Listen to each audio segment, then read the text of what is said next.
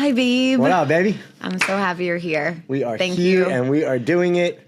In between all the things. All the things. Getting our house settled. Yeah. Growing a baby. A lot of things going on these days. We got a big move. Yeah. I don't know if you guys know that, but They do. They don't even need to, but big move, baby coming, 15-year-old blind deaf dog that is like a baby. And, He is our baby. He's our baby. Yeah, moving is torture, but here we are. But we're happy. I make we're time settled. for my people.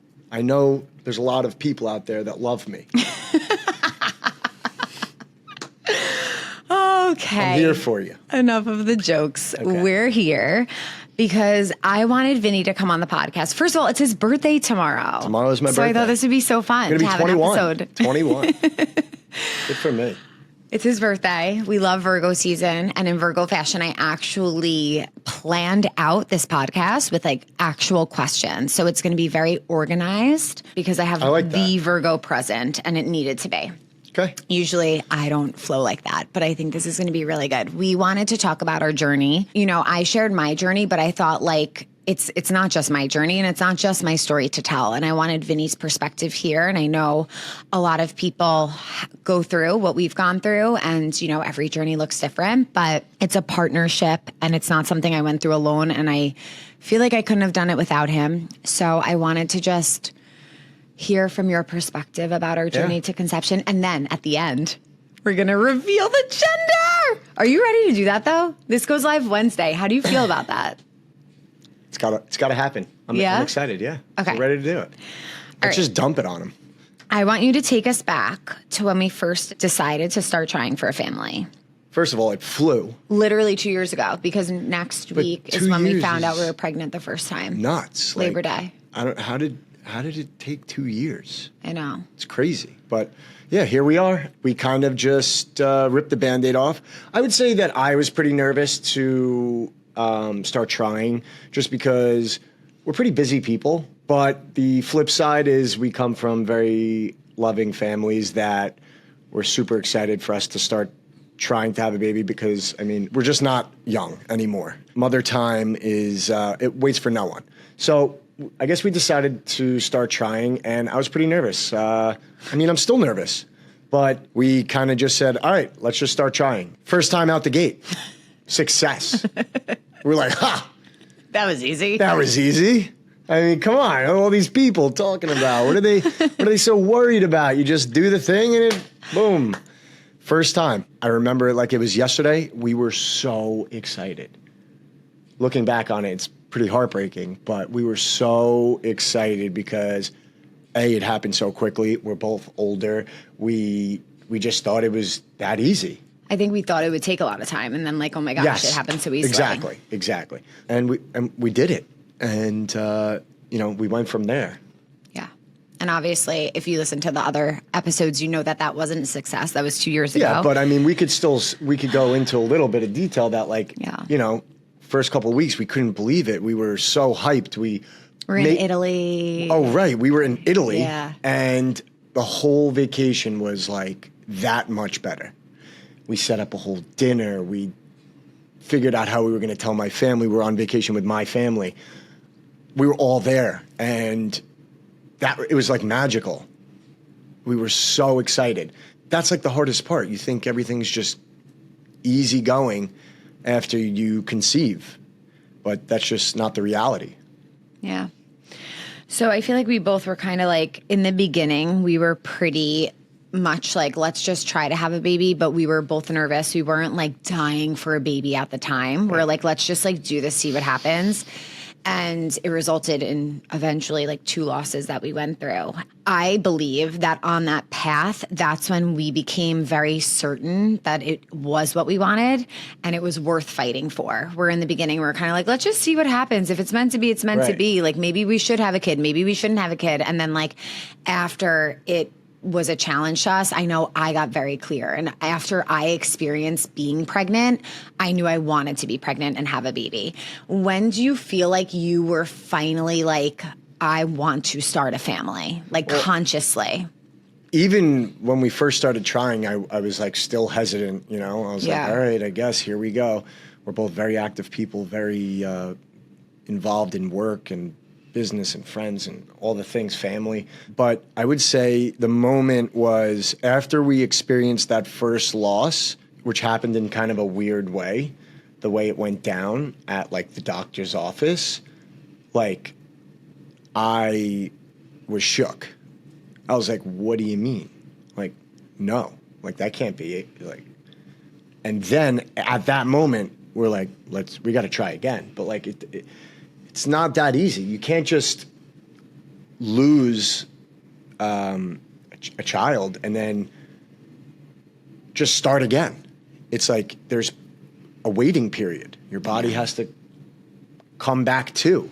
And so that was like a tough thing to experience. I'll never forget. It was really traumatic. Yeah, it was pretty traumatic, just the way the doctor was hyping us up so much and then just like, oh, well, I don't see the heartbeat. And we're like, wait, okay, let's rewind. What are you even talking about?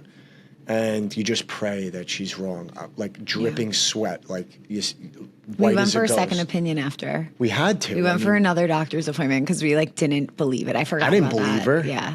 Like, and the worst part is you bring your family with you or some family members, and that was traumatic too. I'll never forget your mother just being like, almost like passing out. I know.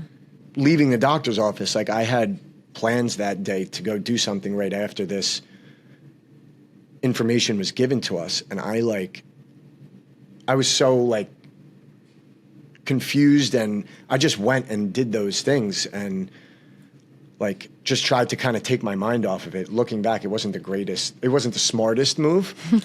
I still get flack for it, but like at the time you're just like, what do you want to do? You want to go home and sit there and stare at a wall and just be like, what the hell just happened?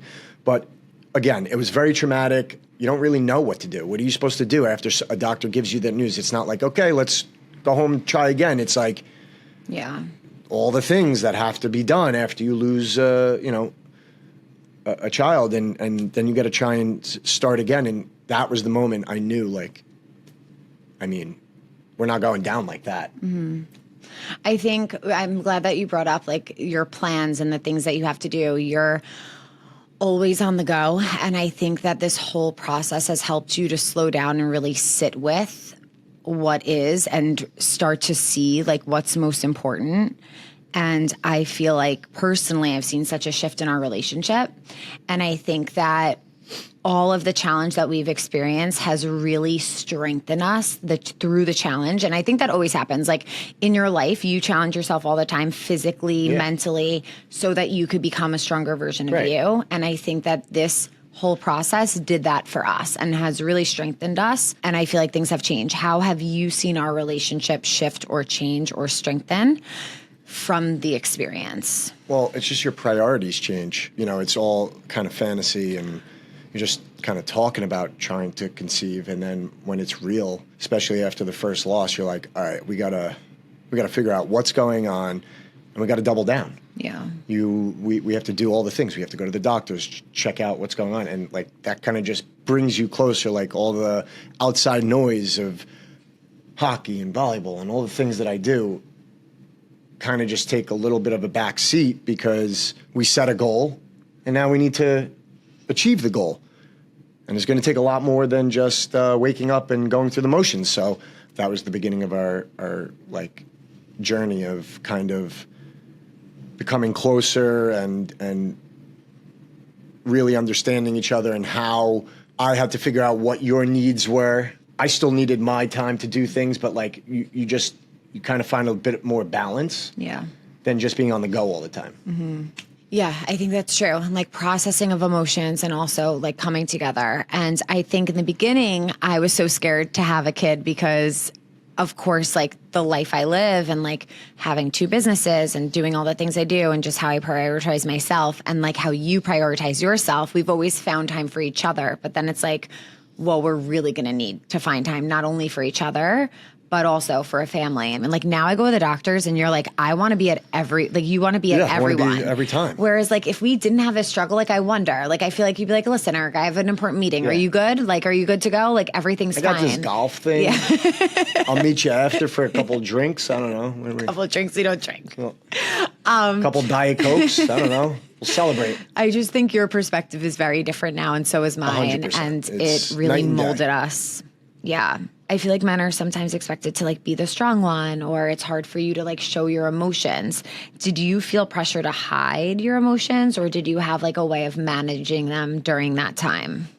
I don't think I'm extremely like outward with my emotions. Yeah. I don't think like I'm a big like crying or like over all of these experiences. I think I kind of I bottle very easily and I just push down. But that's also why I do all the things. I play golf, I play hockey, I go to the gym, I run, I do all these things because that's kind of my release. Yeah. So it's like my therapy, you know, everybody's got a different way to release. So I just feel like it had to be adjusted a little bit. I don't know. Do you remember a moment of being like really sad? Yeah, there's a couple moments. Miscarriages are devastating. Not enough people really talk about it. It's kind of crazy. But when a woman has a miscarriage, it just puts things in perspective. God forbid you guys experience one, but it is traumatic, to say the least. You don't ever want to go through one, but watching you go through two of those was insane. Are we going to die here? Like, that's how traumatic. At least One of them, yeah. the second one was. But that puts it even more in perspective. Like, after, like, I remember that so clearly in the second loss that we had. I remember being terribly sad because I'm not the one carrying. You know, I'm the second piece of the puzzle here, but you're the one that really goes through it with your body and your emotions and the highs and the lows. I'm kind of the onlooker. And when you went through that second one, I was like, nobody told me this. Like, nobody. Yeah, no one warned us. Nobody told me Yeah. that this is how it goes. I was like, is my wife going to die right here? You actually I never saw you scared in your life. I turned white. I know. I never saw you I scared was in your dripping life. sweat because she was dripping sweat and she was nervous and I was even more nervous because I was like, what am I going to do? Yeah. When, you know, like, and then after the experience, you kind of discuss it with some people. Like, my mother went through some miscarriages. Yeah. She didn't tell me that this is how it goes. Right. She never told me it's going to look like a murder scene. Yeah. Yeah. That's the simple facts of it. And nobody discusses it. So when you go through it, you're like, oh, okay, now I get it. Now I get why this is so traumatic. Like, people don't talk about these things. So, I mean, just even being here and talking about it is like, are we oversharing? Maybe. But like, why isn't anybody talking about this stuff? I know. It's crazy. I think it also comes down to women being so resilient and so strong and something like in them to go through these things and like move on. Even though like a piece of like we'll always carry a piece of it. I feel like just generations of women, like you said, like your mother went through it, other people have gone through it, and we had no idea. Like it's just like, oh yeah, that's happened to me. Oh, it's happened to me multiple times. Exactly. And it's like, wait, what? Like when you're actually experiencing it, you're just like, this is like such a normal thing that's like so not normal. Yeah, it's part of life, and there are billions of people that go through this. But it's still traumatic, and there's probably people out there that are going through this alone, and it's like they're not going to know unless somebody tells them, or you know, unless they have an outlet to listen or talk to. So yeah, it's a bit of oversharing, but I mean, I think it's important. Yeah, I agree. Because the first time it's kind of like, oh, it's a fluke, like something bad happened. Then the second time it happens, you're like, There's what a pattern. the F is going on here? And I don't know if I could go through this again. And that's how I felt after the second one. But I do think at the same time that it put a lot into perspective for you and for us. And I did see you really empathize with what I had to go through personally as the woman. And I felt that support. And just you honoring, like, holy shit, this is so much for you to go through. And like, this is not my body, it's yours. Like, that was very, very, very comforting to me. And I felt like it did honor everything that like I had to hold versus what we were both holding. Cause I know it was a lot for you in a different way as well.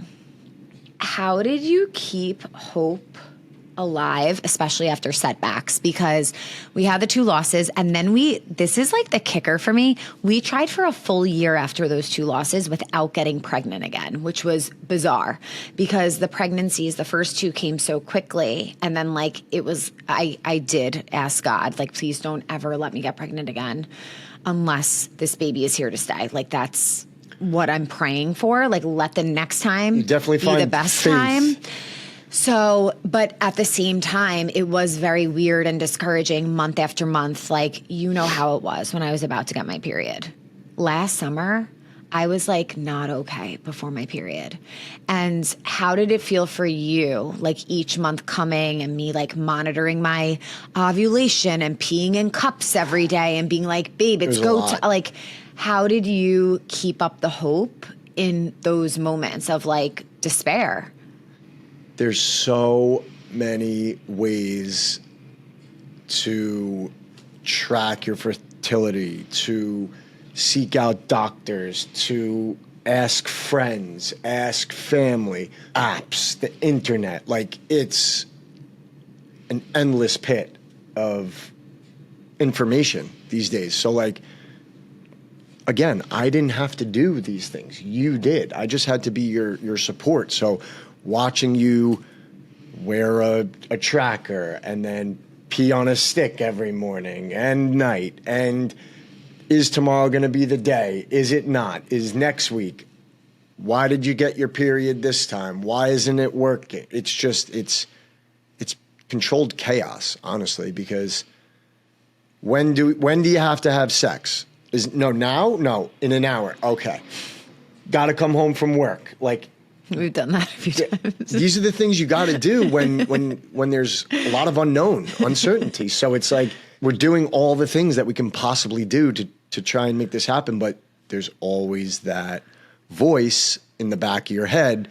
Is this going to be the time, or are we going to go through this again?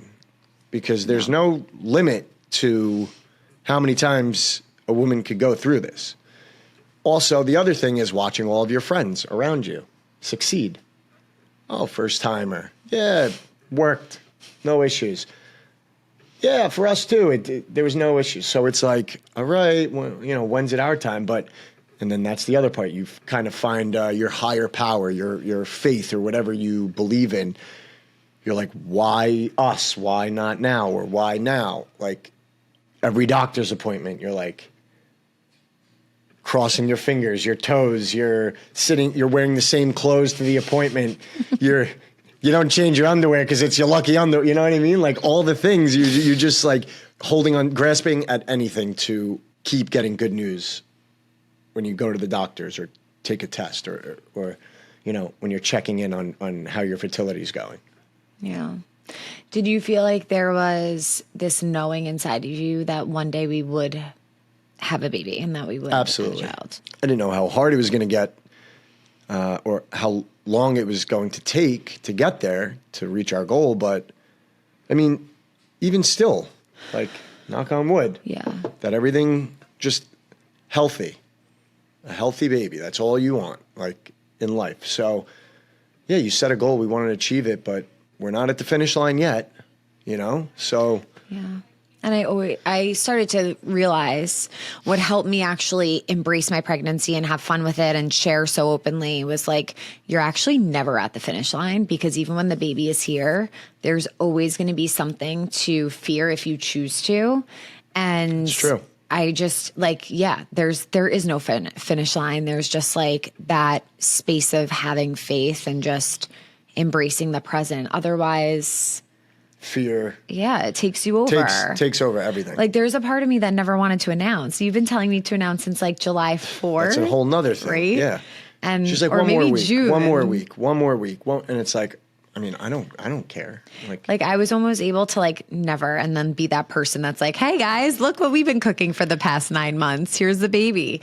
But I'm glad that we're here and that we're embracing it because all we have is the present. And that's it. And tomorrow's never guaranteed. So you just got to be present and you got to, I don't know, you got to find some sort of faith.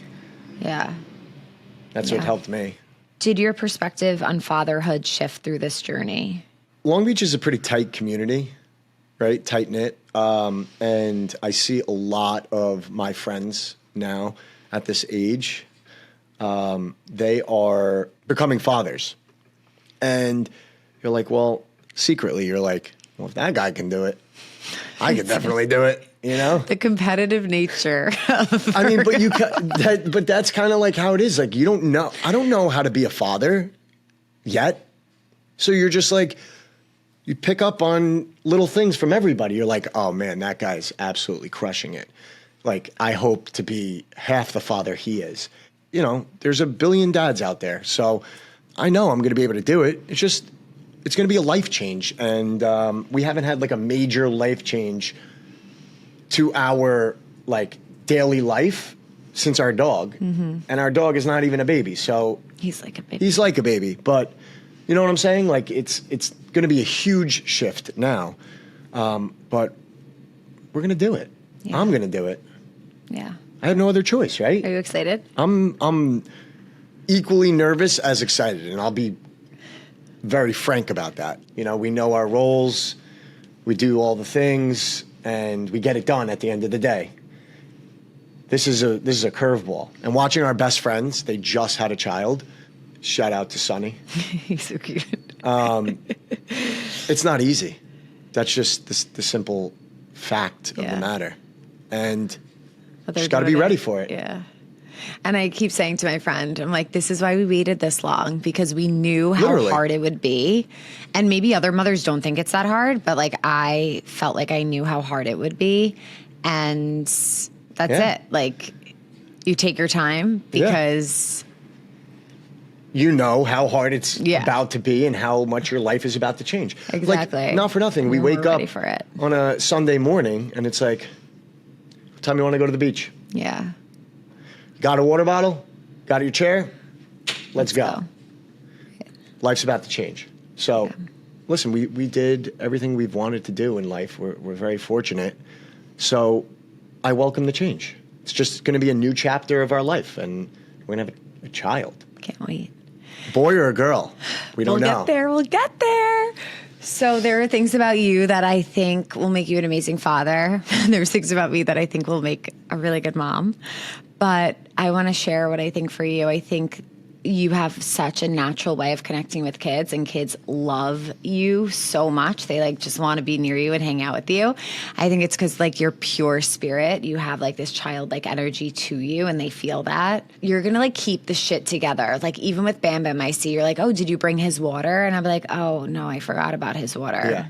Or like, oh, do you have this for him? I'm like, no, I forgot. Like, you're just like the organizer, the packer. You think everything through, where I'm a little more airy and looking flow. like... You just go with the flow. Yeah. Like, sometimes I look more bigger picture and not like at those little details. And you support in the details. And I think you're going to be great. The one thing I worry about is you're definitely going to want them heavily involved in sports, and you're going to torture them until they're the best. And what they do. There's definitely a chance. I've already played that tape through my head a million times. Like, do I want to go and spend all my days in a hockey rink, ice cold hockey rink, weekends, and like or do I want to be out on the golf course with my son or daughter, hitting a ball? Great job, daddy's turn. So. I just think that I have a very competitive side to myself. So I hope, I pray that I have the opportunity to show my child sports.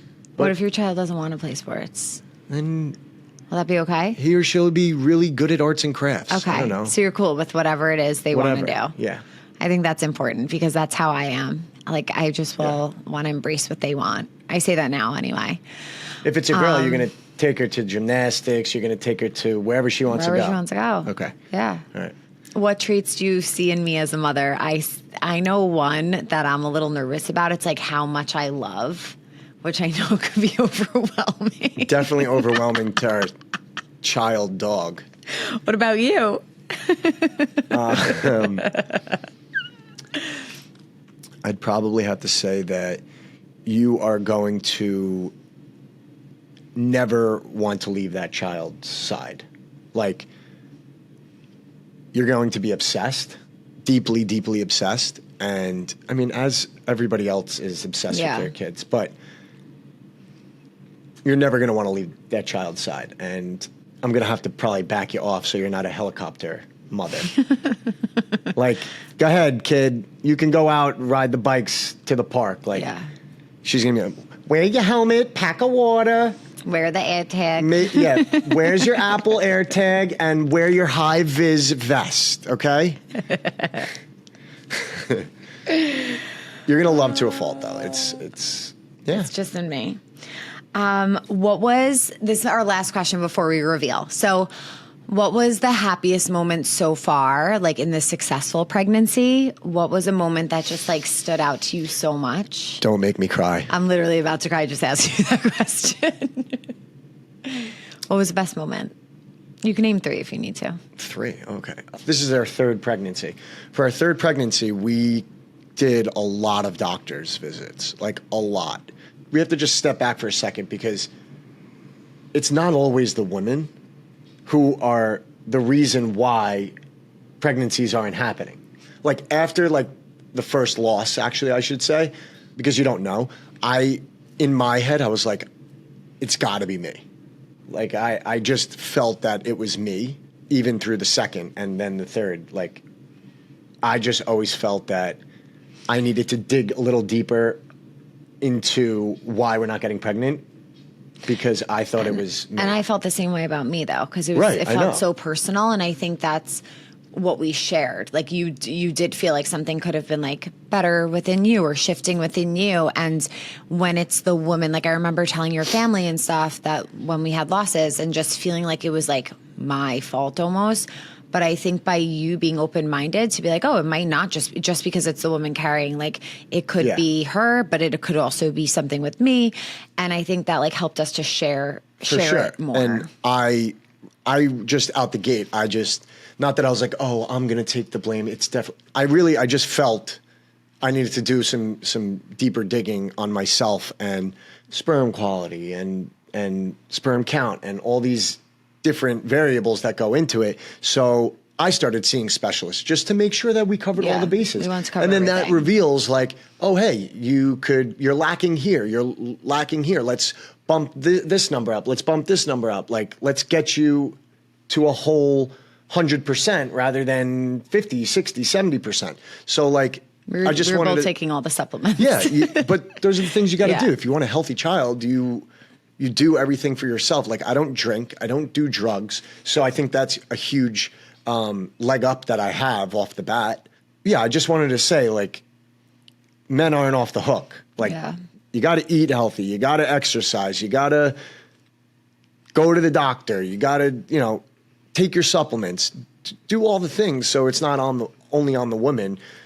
When she lays her head down at night, she thinks it's her. It could be either one of you. So I just wanted to say that before we moved forward. But the question was? The happiest moment. The happiest moment? I just have something stuck in my head. The last visit that we went to where we got the full scan. What was that?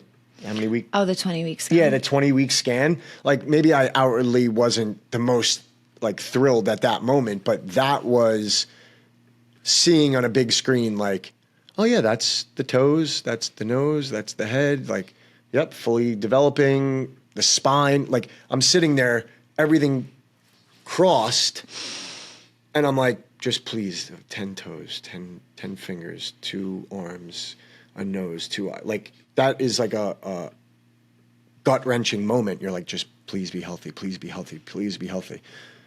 And then when they're like, oh, all clear, you guys did great. Have a great day. And we're like, yeah. Whoa. really? Are you sure? Should we do it again? I just want to make sure. We asked about like other tests. We're like, wait, did you really check this? Yeah, I'm like, did you really? guys definitely checked the feet, right? We got 2 feet. No, like They're the like, heart yes, and the intestines. sir. And Vinny was like, there's no way they checked that. Yeah, There's she's like no flying way. through it, but she's. And then we went back and all asked, day. and they're like, yeah, we did actually. I'm like, you checked the nipples, right? 2 nipples. Okay. He's joking. This is not what he asked. But, you just want to make sure they covered all the bases. But yeah, I would say that was a pivotal moment in like a little bit of a deep breath, a sigh of relief. Yeah. So. That's when I started changing too. Like I felt like, okay, Yeah, I we can share actually this shared right after. After that. Yeah, it made it more real. She was still reluctant to share. But we did it. But we did it. So now for the reveal. What are we having? Tell them. You guys really want to know? Do you think they actually want to know? I think it's exciting. I couldn't wait. That day, I could not wait. I was like, Vinny, meet me home in 20 minutes. You I got have an that email. video? Yes, I have the video. Authentic as it gets. Yeah. I was wearing the blue Evolve sweatshirt. He was wearing a pink sweatshirt and baby blue sweatpants, which was By the chance, weirdest outfit right? ever. By chance. It was absolutely by chance. We She's clearly, like, when you come see home, the video. I have this, like, what was it, piece of paper? Email. Or it was an email. And I just, like, walked in and... I was like, if you're not home in 20 minutes, you're not finding out the gender with me because I'm opening this. Which is pretty nerve-wracking because, like, you don't know what you really want, Did you know? Did you know what you wanted? No, because, like, there's pros and cons to either gender. Yeah. Like, all my friends, like, a lot of my girl dad friends, they're all like, dude, you have to have girls. I'm telling you. Who's going to take care of you when you're 85 and you need help? And I'm like, obviously. Yeah. Everyone felt like... Your mother and all of her sisters, my mother, the nurturing element in women. Yeah. That's, and the love they give. And then on the flip side, it's like, oh, boys, yeah, we're going to be in the gym together. We're going to be playing golf. It's like, what do you really want? I don't know. But that email was pretty awesome because it was kind of off guard, super authentic, and took us by surprise. Well, I knew. I knew forever. I was telling you exactly what we're having. Oh, well, you didn't know, but I knew. Oh, yeah, Miss Psychic over here. I went to the doctor 2 weeks before that, and I said, tell me, can you see what we're having? And she's like, honestly, you're right. Like, I could totally say. I was there for that. Yeah. Oh, we yeah, did yeah. everyone, You're remember? right, you're right. I knew. We can say that after, right? Yeah. Okay. All right, anyway, on the count of 3. 1, 2, 3. It's a boy.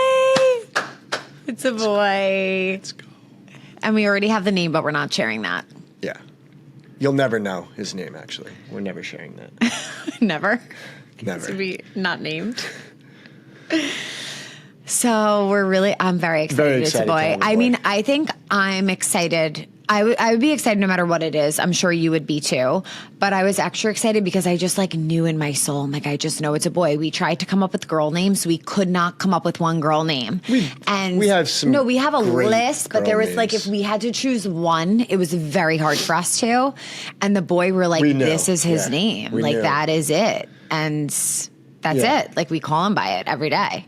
I also, 2 weeks prior to us finding out, getting that email, we went to a checkup and what was it, Doppler? No, a sonogram. Sonogram. She's giving us the sonogram and she just shouts out, "Oh my God, look at his schlong." No, I said, I know it's a boy. Can you tell me it's a boy? And I was she's like, like, I think that's his "Excuse me?" schlong right there. I was like, "Excuse me, ma'am?" That's why She's I like, love "What?" her. That's what I see. I'm like, "No way." She's like, "Oh yeah." And I'm like, Yeah. "Are you sure?" She's like, "I'm as sure as it gets." And we were like, Yeah, she was like, I'd be surprised if this is a girl. right. She let Yeah. she gave us a little like doubt. Yeah, she's like, I'd be very surprised if this is a girl. But she only did that because I was egging her on. I'm like, come on, Erica's can you tell? I know it's a boy. Come on, just tell me. Erica's Can you a see freak it? in a doctor's office. She comes in there with a scroll. She's like, "Can you hang that at the top of the ceiling over there? We got to hit these questions before we walk out of here." Otherwise, she's they like, don't tell you anything. I don't think I have time for that, honey. But let's be honest. Otherwise, they don't tell you anything. I agree. They've told us nothing. And I love my doctors, but you don't find out anything unless you go with like a ton of questions. Yeah, they're doctors. This is what they do. They go in, they go out, they go to the next one. That's how they make money. I respect it, but like if you really want to know things, you got to dig deep and pry it out of them. Got to dig. Yeah, but we're having a little baby boy. We can't wait. His name is. You should cut it. Ends it there. Yeah. And the podcast there. It was a pleasure. Oh, guys, thanks so much for being here. I hope this was helpful. We should circle back and do another podcast after he's born and an update of how crazy life actually is. Yeah. Because you bring it. You're like real. You shared a lot. You shared a lot more than I shared. Well, that's which I'm glad. That's what you brought me down here. That's what you pay me the big bucks for. Yeah, exactly. That's what the sponsors pay me for. They want to know. They want to know everything. You got it. He brought it. Thank you guys for being here. Love you guys. Love you. See you soon. Bye.